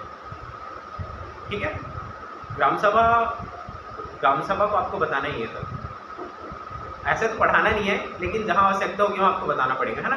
सन्ना साहब, हाँ जैसे कन्वर्टेड है, हाँ, तो जाति गुण ही है और कन्वर्ट है, तो उनको कौन से इसमें अनुसूचित जनजाति मिलेंगे कि उनको धर्म के हिसाब से? बहुत बढ़िया, अच्छा क्वेश्चन है। देखो अभी उनकी कास्ट सर्टिफिकेट के अनुसार तो वो ST है अभी, ठीक है, लेकिन इस पर काम चल रहा है। जो मैं डिलिस्टिंग की बात कर रहा था ना, उसी पे काम कर रहा है। देखो अपनी संस्कृति वो छोड़ चुके हैं, आदिवासी परंपरा छोड़ चुके हैं, तो हम किस आधार पर उन्हें जनजाति माने, है ना? तो जो संविधान की जो अनुच्छेद 143 है ना, वो हमें मतलब परिभाषा देता है कि कौन आदिवासी है, कौन जनजाति है। उसमें लिखा हुआ है, अगर आप अपनी पूजा पद्धति या रीति रिवाज छोड़ देते हैं तो आप आदिवासी नहीं रहेंगे। लेकिन वो इसका जो प्रावधान है ना, उसमें परिवर्तन करने की बात करिए, जिसको मैं डिलिस्टिंग में बोल रहा था ना। जो आरक्षण वाला लाभ है, आरक्षण वाला लाभ ज़्यादातर सरकारी नौकरियों में जो कन्वर्टेड है ना, वही ले रहे हैं। एक रिपोर्ट आया था जिसमें 75% जो सरकारी कर्मचारी है ना, सब कन्वर्टेड SC है। जमीन में खरीदते हैं तो मतलब उस पर हम कुछ नहीं कर सकते, क्योंकि जाति के हिसाब से खरीदते हैं। अच्छा, हाँ। नौकरी है उसमें भी ले लेते हैं, हाँ। बेचते हैं तो जनरल के हिसाब से देते हैं। हाँ, तो उसी के आधार पर वो वाली जो विषय है ना, उस विषय पर काम चल रहा है, उस विषय पर काम चल रहा है। कोई मतलब जनजाति समाज कर रही है उस विषय पर ना एक कार्यक्रम आयोजित होने वाला है अभी दिल्ली में 24 मई को। इस विषय पर काम हो रहा है। पूरा ये प्रोसेस नहीं हुआ है। हाँ, नहीं हुआ है अभी। उसके लिए ना संविधान के 143 अनुच्छेद है, उसमें संशोधन करना पड़ेगा, तब जाकर हो पाएगा, है ना? तो फिलहाल अभी हम पैसा पढ़ लेते हैं, उस विषय पर बाद में बात करेंगे, है ना? महिला सभा हो गया, 2 बैठक अनिवार्य होगी, ठीक है। और 2 दिव्यांगजन, तृतीय लिंग समूह, वरिष्ठ नागरिक एवं वंचित समूह की वर्ष में कम से कम पृथक से 1 ग्राम सभा होगी। दिव्यांगजन मतलब ऐसे जो सीनियर सिटीजन है, जिनका उम्र 50 से अधिक है ना, इनका बैठक साल में कम से कम 65 के आधार पर ये कानून पे है कि उसका बैठक 1 बार होना है। वर्ष में 1 बार बाल सभा का आयोजन किया जाएगा। बाल सभा में 14 वर्ष से अधिक उम्र के बालक बालिकाएं सम्मिलित होंगी। एक और सभा है बाल सभा। इस बाल सभा में 14 उम्र से अधिक बालक बालिकाओं, है ना, का सभा करना है। साल में कम से कम 2 बार तो करनी है इसको भी। अब महिला सभा, बाल सभा, विशेष सभा जिसमें दिव्यांगजन, तृतीय लिंग समूह, विशेष सभा में लिए गए निर्णय पर ग्राम सभा की बैठक पे अनिवार्य रूप से चर्चा में सम्मिलित करिए, ठीक। जो ग्राम सभा बैठक होगी इन लोगों की, विशेष सभा होगी, बाल सभा होगी, महिला सभा होगी, इनमें जो निर्णय लिया जाएगा उसको आपको विषय के तौर पर रखना पड़ेगा ग्राम सभा में। और ग्राम सभा में विशेषता पर चर्चा करनी होगी, जो निर्णय लेना हो ग्राम सभा निर्णय करेगी। प्रत्येक विभाग की जो ग्राम सभा उचित कार्रवाई जो विभिन्न प्राधिकरणों को सूचित कर सकता है। मतलब जो आपने निर्णय लिया उस पर अगर सहमति नहीं बैठ रही है तो जो विहित प्राधिकारी मतलब SDM या कलेक्टर, उसको सूचना कर सकते हो। ग्राम सभा की संयुक्त बैठक, ऐसे विषय जिसका संबंध 1 से अधिक ग्राम सभा से हो, इस हेतु संयुक्त ग्राम सभा की बैठक आयोजित की जाती है। मतलब ऐसा विषय, मान लो 2 ग्राम सभा, मतलब एक गांव है दूसरा गांव है, कोई ऐसा क्षेत्र आता है जो दोनों गांव का अधिकार है उस पर, है ना। जैसे नदी पर किसी एक गांव का अधिकार नहीं होता, लगभग 2-3 उस नदी के क्षेत्र में जितने भी गाँव है सबका अधिकार होता है ना। तो ऐसे क्षेत्र पर जहाँ एक गांव का अधिकार नहीं है, अधिक गांव का अधिकार, वहाँ पर संयुक्त ग्राम सभा आयोजित कर सकती है। मतलब एक ग्राम सभा अपने गांव की होगी, एक ग्राम सभा उसके गांव की होगी, दोनों संयुक्त रूप से बैठ सकते हैं, ग्राम सभा कर सकते हैं। इस मतलब यही है ना, संयुक्त ग्राम सभा बैठक आयोजित की जा सकती है, ठीक है। संयुक्त सम्मेलन में किया गया निश्चय प्रत्येक ग्राम सभा द्वारा किया गया निश्चय माना जाएगा। मतलब संयुक्त सम्मेलन जो निर्णय लिया जाएगा वो दोनों ग्राम ने वो निर्णय को अपना लिया, ऐसा माना जाएगा। तीसरा, संयुक्त बैठक के अध्यक्ष ऐसे भाग लेने वाली ग्राम सभा के अध्यक्षों में से होता, मतलब 2 ग्राम सभा बैठी संयुक्त बैठक में, दोनों ग्राम सभा के अध्यक्ष होंगे, है ना। उन दोनों अध्यक्षों में से कोई एक उस संयुक्त ग्राम सभा का अध्यक्ष बनेगा, ठीक है। इसका कहने का मतलब यही है। नेक्स्ट सुना जाएगा, ठीक है। चौथा, संयुक्त बैठक में प्रत्येक ग्राम सभा से न्यूनतम 33% व्यक्ति अथवा 30 सदस्य जो भी अधिक हो, है ना, संयुक्त बैठक की स्थिति में की उपस्थिति अनिवार्य होगी, जिसमें न्यूनतम 33% महिला सदस्य होंगे। इसमें भी 33% महिला सदस्य होंगे संयुक्त बैठक में, ठीक है, दोनों गाँव से। नेक्स्ट करो, ग्राम सभा की समिति के लिए बहुत काम की समिति है, क्योंकि ये आपके गांव का एक प्रकार से संरचना तैयार करेगी, है ना। योजना प्रबंधन समिति, जिसको हम RPMC समिति कहते हैं, योजना संसाधन योजना और प्रबंधन समिति, है ना, ये आपके गांव में बनी हुई है। देखते हैं इसमें क्या लिखा है। RPMC गाँव के समग्र विकास हेतु योजना तैयार करेगी। गाँव के सामाजिक विकास मतलब कोई भी विकास का काम, है ना, उसके लिए योजना तैयार, जैसे अभी जल संरक्षण के लिए योजना तैयार कर सकती है। गर्मी के मौसम में जल स्तर नीचे चला जाता है ना, तालाबों में जल संरक्षण कर सकते हैं, नदियों है तो वहाँ डैम बना सकते हैं जल संरक्षण के लिए, और ऐसी योजना अन्य विषय में भी तैयार कर सकती है। योजनाओं के क्रियान्वयन का पर्यवेक्षण करेगी। जो योजना होगा आपने तैयार किया उस पर ग्राम पंचायत कार्य करेगी, उसका पर्यवेक्षण निगरानी करेगी ग्राम सभा।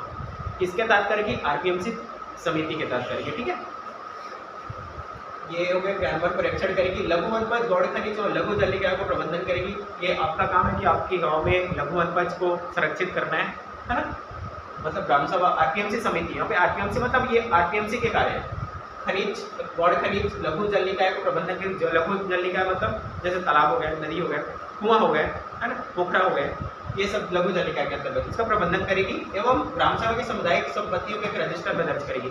इसके लिए भी आरपीएमसी समिति के लिए आपको एक रजिस्टर तैयार करना पड़ेगा, है ना।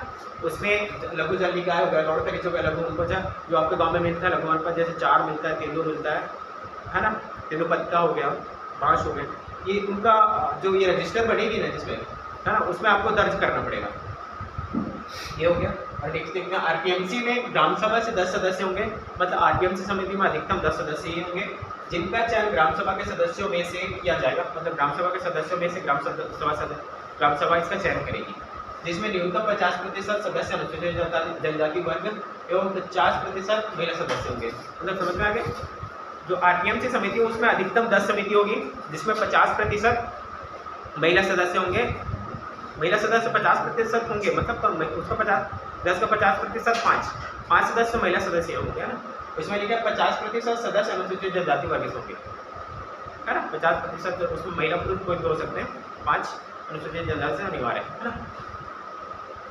ये हो गया। गांव में रहने वाले सभी जनजातियों अन्य समूह पर पार्टी प्रतिनिधियों ने भी ग्राम सभा पहल करती थी। मतलब ग्राम सभा इसमें चेंज भी कर सकती है ना, सभी ग्राम सभा के सभी सदस्यों को इसमें भाग लेने का मौका मिले, अपने विचार या अपने योजना तैयार करने का मौका मिल सके, इसमें परिवर्तन भी कर सकती है। ग्राम सभा के अध्यक्ष आरपीएमसी के पदेन अध्यक्ष होंगे, मतलब उनका निर्वाचन यहाँ नहीं होगा। आप आरपीएमसी समिति और शांति न्याय समिति के दोनों के अध्यक्ष हैं और ग्राम सभा के भी अध्यक्ष हैं। ठीक है, इसमें पदेन लिख दें ना, पदेन अध्यक्ष होंगे। अब पद के अनुसार ही वहाँ के अध्यक्ष होंगे। और दूसरी समिति है, आगे बढ़ाना है, शांति और न्याय समिति। ये शांति और न्याय समिति क्या करेगी? आपके गांव में होने वाले जो विवाद हैं, है ना, उसका सुलह करेगी, है ना। देखते हैं क्या करेगी। गांव में आपसी समन्वय परामर्श से विवादों का समाधान कर एक स्वास्थ्य वातावरण का निर्माण करेगी। कौन करेगी? शांति और न्याय समिति। ये आपके गांव में बनी हुई है। अभी जाके ना आप लोग एक बार चर्चा कर लीजिए उन लोगों से। नहीं बनी है? हाँ बनी है, मेरे पास रिपोर्ट आ गई है आप लोगों की। वो फर्जी वाला है, लेकिन पूछिएगा, सरपंच सचिव से पूछेगा आरपीएमसी समिति बनी है कि नहीं बनी है। वर्तमान में हमारे यहाँ नहीं बनी है, मैं अपना बता रहा हूँ। बचरवार नहीं बनी है ना, अब हमारे यहाँ बनी है, आपके यहाँ बनी है ना, बनी है, कार्य कर रही है आरपीएमसी समिति। आप योजना बना रही है कुछ, आपके यहाँ काम हो रहा है ना, बढ़िया। आपको जानकारी नहीं बनी है।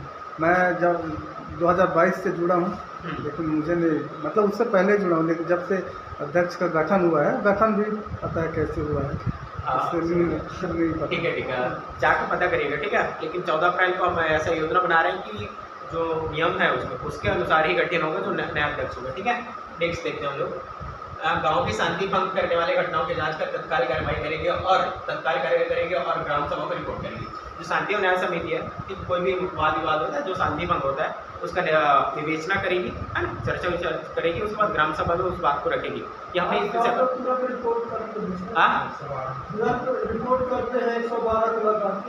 इसीलिए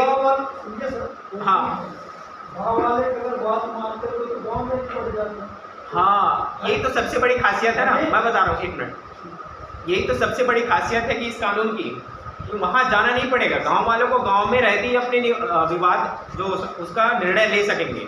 वहाँ जाके आप करेंगे क्या? उल्टा वहाँ पे आपका आने जाने में खर्चा होगा, बातचीत करना पड़ेगा। लेकिन इसमें कानून, इसीलिए ये कानून रखा है कि अपने गांव का जो विवाद है अपने गांव में ही रखें, बाहर ना जाने दें। 1996 से लागू है, 1996 से लागू। सोचो कितना कारगर हुआ है धरातल में, देखिए। जो समिति है वो ग्राम सभा में विवाद को समाधान करने की कोशिश करेगी, ठीक है। पुलिस वाले भी पैसा पा जाते हैं, जो जिसके सिपाही का उन्हीं को धन पाते हैं पुलिस वाले। यही तो दिक्कत है ना, वही तो पुलिस वाले कानून भी तो ऐसा है ना उनका, जिसका नोट इसीलिए होता है। बिना पैसा के FIR नहीं लिखते, वहाँ जाके तो वो लोग भी भी धमका रहा है, साल तुम लोग मार पीट के उसको दारू पिला सकते हो, वो सकते हो। हाँ। बताओ, कानून का व्यवस्था ऐसा है ना कि जो आज ठीक है, खुद अपना राज्य शासन काम ऐसा करवा रहे हैं तो वो भी करेगा। ठीक है, देखते हैं आगे, है ना। तो ये तो पहल करेगी, हम मान लेते हैं, है ना, शांति न्याय समिति। चलो नेक्स्ट देखते हैं, ग्राम सभा अध्यक्ष शांति न्याय समिति के पदेन अध्यक्ष हो गए। आप जो ग्राम सभा अध्यक्ष हैं, आप शांति न्याय समिति के भी अध्यक्ष हो गए, ठीक है। नेक्स्ट है, गांव में रहने वाले सभी जनजाति वाले समूह को, इसमें भी आप वही है, परिवर्तन कर सकते हैं। शांति न्याय समिति, दो समिति पढ़ ली हमने, आरपीएमसी और शांति न्याय समिति, उसमें आप पदेन अध्यक्ष हैं। अब दोनों, आपका कोई अलग से निर्वाचन नहीं होगा, आप उसके अध्यक्ष रहेंगे। एवं कृत्य योजनाएं, इसको देखते हैं। जिला पंचायत, जनपद पंचायत और ग्राम पंचायत को वार्षिक बजट निर्माण हेतु संविधान की 11वीं सूची में उल्लिखित 29 विषय से संबंधित विभागों द्वारा आपके विभाग के बजट की जानकारी परिशिष्ट 1 में दर्शित समाचार, मतलब इसका क्या मतलब है, जो ग्राम पंचायत को 29 विषय है ना, उस पर बजट बनता है विभाग के अनुसार, उस बजट की जानकारी आपको ग्राम पंचायत के अनुसार से दी जाएगी, है समझ। इसके कहने का मतलब ये जो परिशिष्ट वन है वो लास्ट में दिखाऊंगा मैं आपको। तो विभागों द्वारा प्रतिवर्ष मई माह तक प्रचलित वित्तीय वर्ष में स्वीकृत बजट में अनुसूचित अधोसंरचना, अधोसंरचना मतलब इंफ्रास्ट्रक्चर, मतलब मकान, गली, सड़क, है ना, हितग्राही मूलक प्रशिक्षण मंच के प्रावधानों की जानकारी ग्राम पंचायत द्वारा अन्य लोग से उपलब्ध कराई जाएगी, है ना। मतलब पैसा एक्ट के तहत ऐसा प्रावधान किया गया कि ग्राम पंचायत में ऐसी जानकारी आपको उपलब्ध। पंचायत राज अधिनियम 1993 की धारा खास सामाजिक एवं आर्थिक विकास के लिए समस्त वार्षिक योजनाओं तथा कार्यक्रमों को ग्राम पंचायत द्वारा क्रियान्वयन आरंभ करने से पूर्व अनुमोदित करेगा। मतलब ये जो सामाजिक आर्थिक विकास के समस्त वार्षिक योजनाएं हैं, कार्यक्रमों को ग्राम पंचायत ग्राम सभा से पहले अनुमोदन लेगा, उसके बाद काम स्टार्ट करेगा, है ना। इसके कार्य शब्द भी कार्य की पूर्णता प्रमाण पत्र लगाने से पूर्व ग्राम सभा से कार्यों की गुणवत्ता एवं उस पर व्यय आदि के संबंध में प्रमाण पत्र संलग्न किया जाएगा। इसमें ग्राम पंचायत की बात कर रहा है, ग्राम पंचायत कार्य की पूर्णता प्राप्त, मतलब अब ग्राम सभा है ना, ग्राम सभा प्रमाण पत्र लगाने से पूर्व उसकी जो कार्य है उसकी गुणवत्ता चेक कर सकती है, उस पर व्यय, मतलब उस पर जितने भी पैसा खर्च हुए, नियमानुसार हुए नहीं हुए, कितना पैसा खर्च हो गया, ग्राम सभा कर सकती है, ठीक है। एनओसी जो ग्राम अध्यक्ष, हाँ, जो एनओसी होती है वही संलग्न प्रमाण पत्र वही बोलते हैं, है ना। दूसरा कार्य की पूर्ण ये होगा ना, ठीक है। तीसरा देखना है, कार्य की गुणवत्ता व्यय आदि के संबंध में शिकायत प्राप्त होने पर जांच पर उचित कार्रवाई कर सकती है। कौन कर सकती है? ग्राम सभा कर सकती है, ठीक है। ग्राम सभा, ग्राम पंचायत कोष, मतलब आपके ग्राम सभा में एक अलग से एक तो पंचायत निधि होता है, दूसरा ग्राम सभा कोष अभी खुला होगा आपके गाँव में, है ना, खुला है, पता है नहीं पता है? सचिव सरपंच खुला नहीं है, खुला है, पता होगा। इसके बारे में जानते हैं। ग्राम पंचायत में 2 कोष होंगे, पंचायत निधि जो सरपंच से जहाँ योजनाओं से पैसा आता होगी, जिसमें केंद्र और राज्य सरकार की योजनाओं से प्राप्त राशि आती है, अनुदान आता है, जिला पंचायत, जनपद पंचायत से प्राप्त राशि की फीस होती है, वो पंचायत निधि है ना। दूसरा है ग्राम सभा कोष, यह कोष प्रत्येक ग्राम सभा के लिए पृथक संचालित की जाएगी। इसमें ग्राम सभा क्षेत्र में गौण खनिज की नीलामी की राशि, जिसमें बोला था 30% अगर आपको शेयर चाहिए तो उस पैसा को इसी ग्राम सभा कोष में रखना होगा, और उसका खर्च भी आगे देखते हैं कैसे करेंगे। पृथक संचालित की जाएगी। इसमें ग्राम सभा के क्षेत्र में गौण खनिज की नीलामी की राशि, लघु उत्पन्न से प्राप्त रॉयल्टी, लगभग तेलू 4 बार इससे प्राप्त है ना। तालाब लीज, अगर कोई सरकारी तालाब हो उस पर लीज में दे रही है ग्राम पंचायत, उसका पैसा।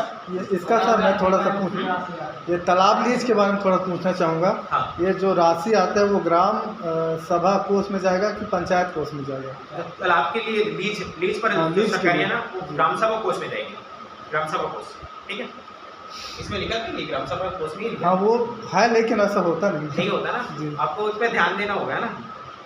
आप ही सर्वे खाया होगा वहाँ पे ग्राम सभा संधारित की, इसमें ग्राम सभा गौण खनिज की नीलामी की राशि, लघु उत्पन्न से प्राप्त रॉयल्टी, तालाब लीज तथा ग्राम सभा द्वारा आरोपित जुर्माना, और तो भी निर्णय जुर्माना लगाते हैं आप, है ना। मतलब आजकल तो चल रहा है शादी विवाह में डीजे उजे नहीं लगाने देना है, डीजे लगाते हैं वहाँ जुर्माना लगाना है ना। तो जुर्माने की राशि भी ग्राम सभा कोष में ही जाएगी, है ना।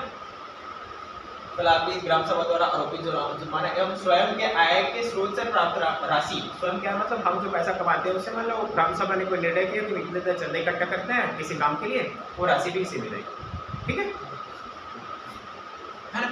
अब ये खाते किसी बैंक या पोस्ट ऑफिस में खुलवाए जाएंगे, ये तो नॉर्मल है, सब जानते हैं। खातों का संचालन ग्राम पंचायत के सरपंच और सचिव द्वारा संयुक्त हस्ताक्षर किया जाएगा, ठीक है।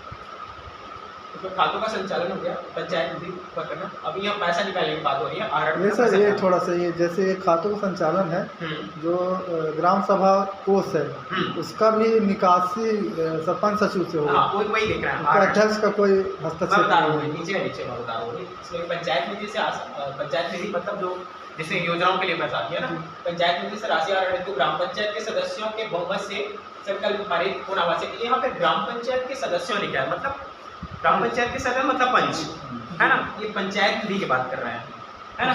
अब देखो जो आपके काम की चीज है वो ग्राम सभा है ना। अब इसमें क्या होता है, ग्राम सभा कोष से राशि आहरण हेतु संबंधित ग्राम सभा, यहाँ पर ग्राम सभा आ गई, ठीक है। ग्राम सभा के अनुमोदन से प्रस्ताव पारित होना आवश्यक है। अब उसमें से पैसा निकालना ग्राम सभा कोष से, तो ग्राम सभा से अनुमोदन आपको करना पड़ेगा। यहाँ पर पंच सरपंच की बात नहीं है, ग्राम सभा जब तक अनुमोदन नहीं करेगी पैसा नहीं मिलेगा। प्रतिवेदन मतलब ये गोपनीय प्रतिवेदन, इसके बारे में बताइए। गोपनीय प्रतिवेदन वो क्या होता है, उपस्थिति ही होता है सचिवों का, है ना, साल में जो एक बार होता है। हाँ वही है, जनहितनी कार्यक्रम को अध्यक्ष बनाते हैं। नहीं वो बनाएंगे, वो सचिव खुद बनाएंगे, लेकिन आपको अनुमोदन करना है, मतलब दस्तखत बस करना है, लिखना उनको ही है। हाँ ये क्या मानव संसाधन और सामाजिक क्षेत्र की समस्या, जैसे ग्राम सभा के द्वारा स्थानीय संस्थाओं जैसे कि आंगनबाड़ी केंद्रों जो बता रहा था, स्कूलों अस्पतालों आदि की परीक्षण कर सकता है ना, ग्राम सभा कर सकता है, तथा उनमें आवश्यक सुधार हेतु निर्देश भी दे सकता है, ठीक है। ग्राम सभा के पास यह शक्ति होगी। नेक्स्ट, ग्राम सभा ग्राम पंचायतों की स्थायी समिति के माध्यम से इन संस्थाओं का निरीक्षण करेगी। जो स्थायी समिति में बोल रहा था वो वही था, आरपीएमसी और शांति न्याय समिति, उनके अनुसार ही उसका निरीक्षण करेगी। अब देखते हैं अध्याय 5 में जंगल जमीन का प्रबंधन, प्रेक्षण और संवर्धन। ये ग्राम सभा के अधिकार के क्षेत्र के अंतर्गत आएगा। आपको कैसे विकास करना है आपके गाँव, वो आपके ऊपर है। इसमें लिखा है गाँव की सीमा में आने वाले जल, लिखा है गाँव की सीमा, जलीय संरचना, तटीय क्षेत्र, तालाब, झील, पोखर, डबरी या अन्य किसी नाम से जाने जाने वाली संरचनाएं आएगी जिसका क्षेत्रफल 10 हेक्टेयर तक हो, उसका उपयोग संरक्षण ग्राम सभा से परामर्श से किया जाएगा। मतलब ऐसा कोई क्षेत्र जल का क्षेत्र जो 10 हेक्टेयर से कम हो, है ना, उस पर ग्राम सभा का अधिकार होगा। तो बोल रहा है कि उसका संरक्षण ग्राम सभा के प्रबंध से किया जाएगा, ठीक है। देखते ग्राम सभा की सीमा के भीतर अधिकतम 0 से 10 हेक्टेयर तक के जल निकायों का प्रबंधन ग्राम पंचायत मतलब ग्राम सभा के माध्यम से करेगी, है ना। 10 हेक्टेयर से अगर अधिक है किंतु 100 से कम है वो जनपद पंचायत, है ना, और 100 से अधिक है वो 200 से कम है, 100 और 200 के बीच है उसको जिला पंचायत द्वारा उसका गवर्न किया जाएगा, मतलब कहाँ उसकी बंटवारा होगी जल निकाय की, ये तीसरा, ग्राम सभा गाँव में उपलब्ध पानी का उपयोग पेयजल निस्तार सिंचाई का प्राथमिकता पर रख सकेगी। तो ग्राम सभा को तो ये जल निस्तार सिंचाई इस पर प्राथमिकता पर रखेंगे, प्रायोरिटी पर रखेंगे, सबसे पहले इसके उपयोग हो, बाकी तो दूसरा देखेंगे। उसे ग्राम सभा की शांति और न्याय समिति के समक्ष रखा जाएगा जो बनी हुई है। ग्राम सभा स्तर पर विवाद का समाधान नहीं होने की स्थिति में कलेक्टर को प्रेषित किया जाएगा, ठीक। ये कानून है, ये तो नॉर्मल कोई भी पढ़ सकते हैं, यह समझाने कुछ नहीं है। बात हाँ, मत्स्य पालन, ग्राम सभा अपने नियंत्रण क्षेत्र में शासकीय सामुदायिक लघु जलीय मत्स्य पालन का नियंत्रण नियमन कर सकेगी, है ना। आपको ध्यान रखना होगा कि वहाँ चोरी ना हो, आजकल गांव में यही होता है। हाँ, मछली पालन अगर कोई कर रहा है तो कोई भी लेके चले जाते हैं, उसका उपाय ग्राम सभा करेगी, मैं नहीं बताऊंगा भाई। इसका भी तो दंड प्रधान, हाँ दंड होगा, आप जुर्माना लगा सकते हैं। मतलब ग्राम सभा कुछ भी कर सकती है, पूरी शक्ति ग्राम सभा को है। मैं नहीं बताऊंगा, मैं तो यहाँ कानून बताने आया हूँ आपको, है ना, मैं कानून बताऊंगा आपको, पूरा काम आपको करना है, आपकी ग्राम सभा करेगी, ठीक है। मतलब कहने का मतलब है पूरा शक्ति ना ग्राम सभा के पास है। और ग्राम सभा अपने गांव का विकास कैसा करना चाहती है, आप ग्राम सभा के ऊपर ही है। उसने तो पूरा शक्ति ग्राम सभा को दे रखी है ना, शिक्षा के विषय में पूरा ग्राम सभा का अधिकार दे रखी है, और मैदानी कर्मचारी कैसे करना है। ग्राम सभा क्षेत्र पर प्रारंभिक रूप से लघु वनोपज के सरकार लघु वनोपज का स्वामित्व तथा प्रबंधन वन अधिकार की मान्यता अधिनियम 2006 की तरह 3(1) गा के अनुसार होगी। 3(1) गा जो 2006 का वन अधिकार कानून, उसका देखते हैं वन अधिकार कानून ऊपर ऐसी सामुदायिक वन संचालन का संरक्षण, पुनर्जीवित या संरक्षित या प्रबंध करने का अधिकार जिससे स्वतंत्र प्रमुख रूप से संरक्षण संरक्षण करें। इस कानून के तहत ग्राम सभा के अधिकार है कि वो अपने जंगल का संरक्षण कर सकती है, समर्थन कर सकती है, ठीक। ये कानून के तहत आपको ना सामुदायिक वन संचालन का एक एप्लीकेशन फाइल करना पड़ता है ग्राम पंचायत में, तो उसके आधार पर ये मिलता है आपको। इसका प्रारूप दिखाऊंगा आगे, वाले लिखा ना पैसा कानून सीधी, ठीक है। इसमें क्या गौड़ वन उपज के निपटान हेतु अनुसूचित जनजाति और अन्य परंपरागत वन निवासी नियम 2008 के अनुसार 2(1) लिखा होगी, जो मैंने आपको दिखाया था, इसीलिए है ना। इसमें ग्राम सभा परंपरा से वनोपज संग्रहण करने वाले ग्रामीणों से भिन्न अन्य लोगों के लिए वनोपज का संग्रहण प्रतिबंधित कर सकती है। मतलब आपकी ग्राम सभा क्षेत्र के अंतर्गत जो भी ग्राम वनोपज होता है, वंश उपज होता है, अगर आपने गांव वाले के अलावा कोई अन्य अगर उसको लेके जा रहा है तो उस पर आप प्रतिबंधित कर सकते हैं, ग्राम सभा कर सकती है, ठीक है, कर सकती है। चक्री व्यवस्था लागू कर सकती है, चक्री व्यवस्था लागू कर सकती है। अगर आपको अनुमति देना है वो तो ग्राम सभा के ऊपर है, अनुमति नहीं देना है, प्रतिबंधित करना नहीं करना है। अनुमति देना है तो आप चक्री व्यवस्था ला सकते हैं कि 1 साल हम लोग करेंगे, 1 साल आप लोग कर सकते हैं, है ना, सामुदायिक चलो ठीक। ग्राम सभा ये तो हो गया ना। अथवा संसाधन विहीन परिवार को उसका उपयोग करने के लिए अधिकृत कर, संसाधन विहीन मतलब जिनके पास संसाधन नहीं है, जो ज़रूरत की चीज़ें नहीं है उसको आप उसको दे सकते हैं, आप कहने का मतलब ये वितरित कर सकते हैं। तो ग्राम सभा अपने क्षेत्र में लघु वनोपजों के प्रसंस्करण के लिए वही क्या स्थापित कर सकते हैं। तो ग्राम सभा के पास अधिकार होगा कि लघु वनोपज से जो प्राप्त होते हैं, मोहा होते हैं, तेंदू होता है, उसके लिए कोई भी उद्योग स्थापित कर सकती है। जैसे हम लोग तेंदू पत्ता क्या ले लेते हैं, चार का जो निकलता है ना चिरौंजी, है ना, उससे अगर कोई मिठाई बनाना है उसके लिए आप छोटा सा उद्योग अपने घर में स्थापित कर सकते हैं। ग्राम सभा आपको इसके लिए सहायता कर सकती है। आगे देखते हैं वनोपज संरक्षण के विकास। इसके लिए ग्राम सभा के अधिकार क्षेत्र में स्थित वनों के संरक्षण की जिम्मेदारी अनुसूचित क्षेत्र, अनुसूचित जनजाति और अन्य परंपरागत निवासियों के अधिकार की मान्यता की रेखा के अनुसार होगी, जो अभी आपने बताया वही है, उसके अनुसार होगी। ग्राम सभा वन संसाधनों के संरक्षण, संवर्धन और प्रबंधन आरपीएमसी समिति के माध्यम से होगी। जो आरपीएमसी समिति है वो जंगल का संरक्षण करेगी, संवर्धन करेगी, है ना, उसके माध्यम से ग्राम सभा के पास आएगा। ठीक है, नेक्स्ट है पारिवारिक और सामुदायिक जरूरतें, जैसे विस्तार समझते हैं। विस्तार, चराई, जलावन, कृषि उपकरण बनाने के लिए सूखी और मरी हुई लकड़ी, यहाँ पर विशेष ध्यान देना, सूखी और मरी हुई लकड़ी, बांस, पारंपरिक संस्कार में लगने वाले पदार्थों के न्यूनतम आवश्यकता अनुसार वन से निकालने के लिए ग्राम सभा व्यवस्था करेगी। ठीक है, इसमें देखना सूखी और मरी हुई लकड़ी मतलब जंगल से ला सकते हैं, कच्चा काट के लिए ला सकते हैं, है ना, कार्यक्रम होगी। मतलब ऐसा लकड़ी होना चाहिए जो सूखी मरी हुई, मतलब गैर इमारती नहीं होनी चाहिए, गैर इमारती लकड़ी होनी चाहिए, इमारती नहीं होनी, मतलब जिसका फर्नीचर वर्नीचर बनता है ना, ऐसा लकड़ी हम नहीं ला सकते। ठीक है, सूखा और मरा हुआ लकड़ी ला सकते हैं। इसका लिखा है हाँ, चौथा ना, प्रत्येक ग्राम सभा को ग्राम सभा अपने क्षेत्र और सदस्य हेतु वनों के संरक्षण, संवर्धन और प्रबंधन, पर्यावरण में सुधार, स्थानीय स्तर पर रोजगार बढ़ाने के उद्देश्य उपयुक्त कार्यक्रम बनाने के लिए सक्षम होगी। आरपीएमसी समिति के माध्यम से करेंगे तो जो प्रबंधन के साथ साथ आप इसको रोजगार बढ़ाने के उद्देश्य से उपयुक्त कार्यक्रम बनाने के लिए सक्षम। अगर कोई भी गाँव में ग्राम सभा चाहती है कि हमारे गाँव का कोष में पैसा है ना, तो जंगल विभाग में बहुत सारे ऐसे योजनाएं चलती हैं। जैसे आपको पौधा लगाना है, भी का पौधा लगाना है, तो भी का पौधा ग्राम सभा के परामर्श से आप लगा सकते हैं। उसका आय होगा वो ग्राम सभा कोष होगा।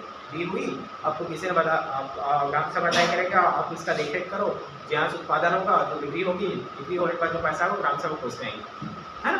तो जंगल का संरक्षण और उसमें रोजगार भी ढूंढना है अपन को। जैसे हमने आम का बगान लगा दिया, पपीता का पेड़ लगा दिया जंगल में, है ना, और ग्राम सभा ये व्यवस्था करेगी उसकी चोरी ना हो।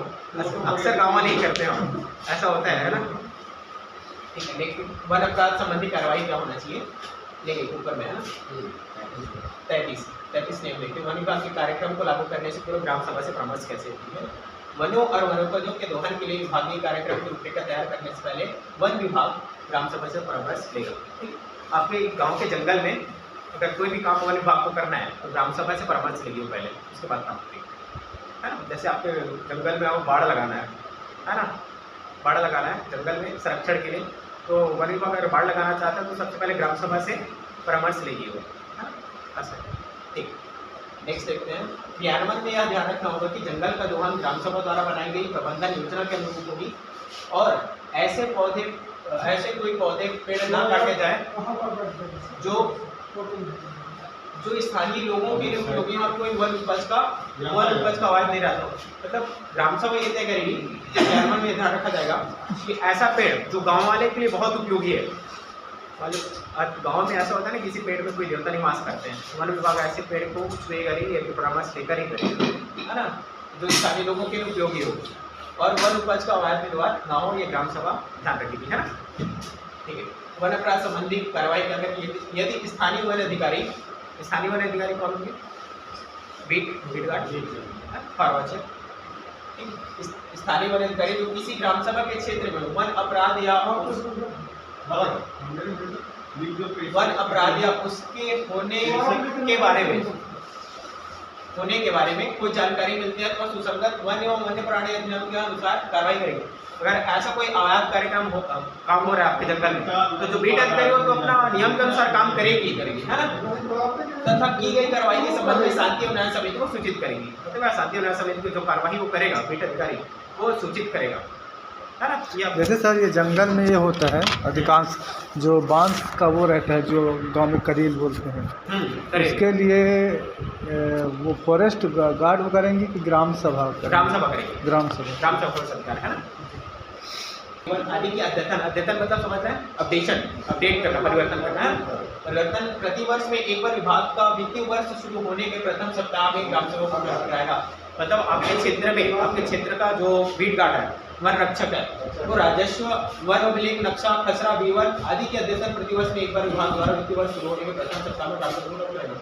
मतलब आपके क्षेत्र में भूमि में कोई परिवर्तन है ना, ये जानकारी वन विभाग के जो वित्तीय वर्ष है, मतलब वित्तीय वर्ष, हाँ खुले 1 मार्च से होता है, 1 मार्च में 1 अप्रैल से होता है ना। वित्तीय वर्ष के 1 सप्ताह के भीतर जानकारी आपको प्रोवाइड कराई जाएगी इन अधिकारियों के द्वारा, ठीक है। दूसरा है ग्राम सभा से प्राप्त निजी भूमि, शासकीय भूमि के अभिलेखों त्रुटि सुधार के अनुशंसा को पटवारी 15 दिवस के अंदर सक्षम राजस्व अधिकारी बीट गार्ड को भेजेगा। सक्षम अधिकारी 3 माह के भीतर त्रुटि सुधार की प्रकरण कर घेरा कर ग्राम सभा को पटवारी के माध्यम से सूचित करेंगे, ठीक है। शासकीय सामुदायिक भूमि को उपयोग में परिवर्तन होने से पूर्व ग्राम सभा से परामर्श लेना होगा। निजी भूमि हस्तांतरण, लीज, पट्टा, अनुबंध, कृषि, बिक्री, गिरवी अथवा अन्य किन्हीं कारणों से भूस्वामी परिवर्तित होने की स्थिति में ग्राम सभा को सूचना देना होगा, ठीक है। ये किसका काम है? पटवारी का, हाँ पटवारी सूचना देंगे। ग्राम सभा सुनिश्चित करेगी कि शासकीय कार्यों में उपयोग भूमि अधिग्रहण, हाँ भूमि अधिग्रहण, वैध उत्तराधिकारी एवं अन्य वैधानिक कार्रवाई के अतिरिक्त अनुसूचित जनजाति से संबंधित कोई भी भूमि गैर जनजातीय व्यक्ति को हस्तांतरित नहीं होगी। इसमें भी ये वाला कानून आ गया है ना। तो भू राजस्व संहिता में बताया गया कि जनजाति जमीन गैर जनजाति नहीं खरीद सकता, इसमें भी ये है ना। नेक्स्ट देखते हैं। चौथा है ग्राम सभा सुनिश्चित करेगी कि शासकीय कार्यों में उपयोग हेतु हो गया। पांचवा है अनुसूचित जनजाति के व्यक्ति की जमीन की नीलामी की स्थिति में ग्राम सभा उक्त भूमि को अनुसूचित जनजाति के व्यक्ति को करने की पालन करेगी। मतलब अनुसूचित जनजाति के व्यक्ति सिर्फ अनुसूचित जनजाति ही खरीद सकता है, ग्राम सभा इसका पालन करेगा, कोई अन्य व्यक्ति नहीं खरीदेगा। उसकी परियोजना है ना, उस परियोजना का पूरा विवरण ग्राम सभा के पास रखेंगे। कौन रखेंगे? जो अधिकारी हैं, भूमि अधिग्रहण के लिए हैं, वो योजना की जानकारी देने आए, है ना। इसमें नहीं क्या उसका प्रभाव क्या होगा, मतलब वो योजना आने के बाद आपके गाँव में इसका क्या प्रभाव होगा, योजना के तहत किसी को नौकरी मिलेगी नहीं मिलेगी, काम मिलेगा कि नहीं मिलेगा, ठीक है। ये सब वहाँ डिस्कस कर सकते हैं। पुनर्वास मैंने बताया आजीविका, इसमें आजीविका शामिल है। आजीविका मतलब यदि आपका जमीन भूमि अधिग्रहण होता है, उसका आजीविका मतलब होता है कि जीने का अधिकार है ना, जीने का अधिकार मतलब जीने का आधार, जहाँ से हमारा आय होता है। मान लो एक भूमि है, एक खेत है, उस खेत का साल भर में 20 क्विंटल मतलब धान होता है, ठीक है, 20 क्विंटल धान होता है। आपने तो भूमि अधिग्रहण में जमीन ले लिया, एक 20 क्विंटल जो भूमि अधिग्रहण उसमें केवल जमीन का पैसा मिलेगा, लेकिन जो 20 क्विंटल जो धान होता है उसका पैसा मिलेगा क्या? लेकिन अब इस कानून के तहत मिलेगा आगामी 50 वर्ष तक के लिए, ठीक है। आजीविका का मतलब वो ये भूमि अधिग्रहण के प्रकरणों में संबंधित प्राधिकरण या विभाग भूमि अधिग्रहण की शर्तों एवं उद्देश्य। सर ये भूमि अधिग्रहण ये सड़क में भी आएगा क्या? जैसे हाँ, सड़क भूमि अधिग्रहण कहीं विमान बनाना है, आपका जमीन आ रहा है, आपका भूमि अधिग्रहण हो गया, है ना। सड़क जा रही है, आपका जमीन आ गया, भूमि अधिग्रहण हो गया। तो उसमें जैसे खेत फंस रहा है ना, हाँ, खेत फंस रहा है तो उसका मुआवजा दे दिए, वो जमीन का मुआवजा मुआवजा हो गया। उसके बाद जैसे आप बता रहे 50 साल, 50 साल, हाँ, जो उनका जो उपज होता है, हाँ, उसका भी पैसा देना होगा सरकार।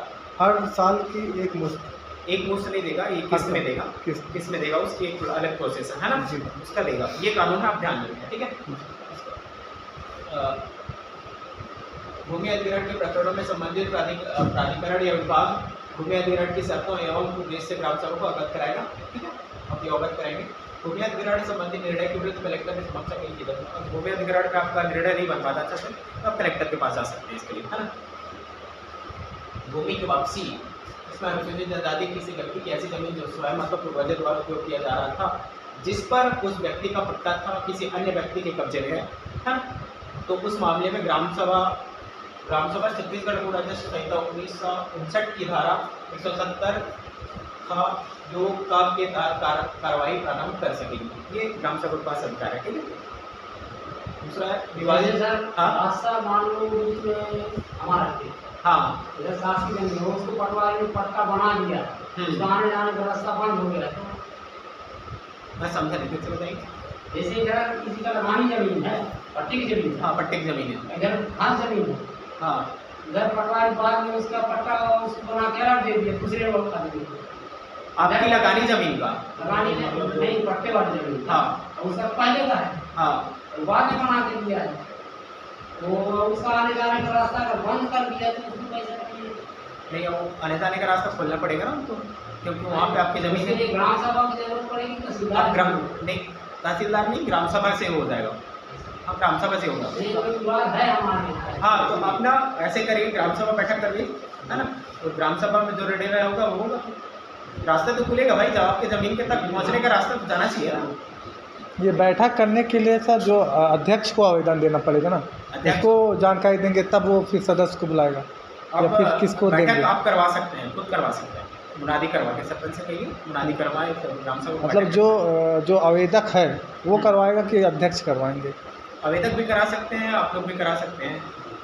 आवेदक जैसे आवेदक कौन होगा? आवेदक- आपके गाँव का ही कोई व्यक्ति हाँ होगा? मतलब कोई व्यक्ति होगा तो अध्यक्ष को जानकारी देगा। अध्यक्ष को जानकारी फिर देगा, वो अध्यक्ष बैठक को करेगा। मुनादी करवाएगा, फिर ग्राम सभा बैठक होगी।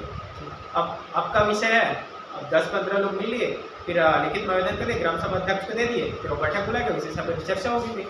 जैसे ये तो इनका जैसे बोले जब सवाल आया था, उनका तो पर्सनली है, उनका ज़मीन है, उसमें 10 लोग हस्ताक्षर नहीं करेंगे। जैसे इसमें आया था कि 10 लोग 10 या 15 लोग उसमें आवेदन में नहीं दस्तखत नहीं नहीं, करेंगे। वो ग्राम सभा बैठक की है, उसमें कर सकते हैं। उसका जमीन का मामला है, मतलब गांव का मामला है, वो ग्राम सभा निर्णय करेगी, क्योंकि उनकी जमीन तक पहुंच का रास्ता तो बनाना पड़ेगा ना भाई, कैसे जाएगा वो? मतलब वो अकेला अध्यक्ष के पास बोलेगा, उसके नहीं बाद नहीं, फिर वो बैठक अकेला होगी। अध्यक्ष नहीं बोलेगा, बोलेंगे, अब चर्चा होगी, 5-10 लोग मिल लिए गांव के, अध्यक्ष को दे दिए आवेदन, आप कर सकते हैं ऐसा, है ना? ठीक।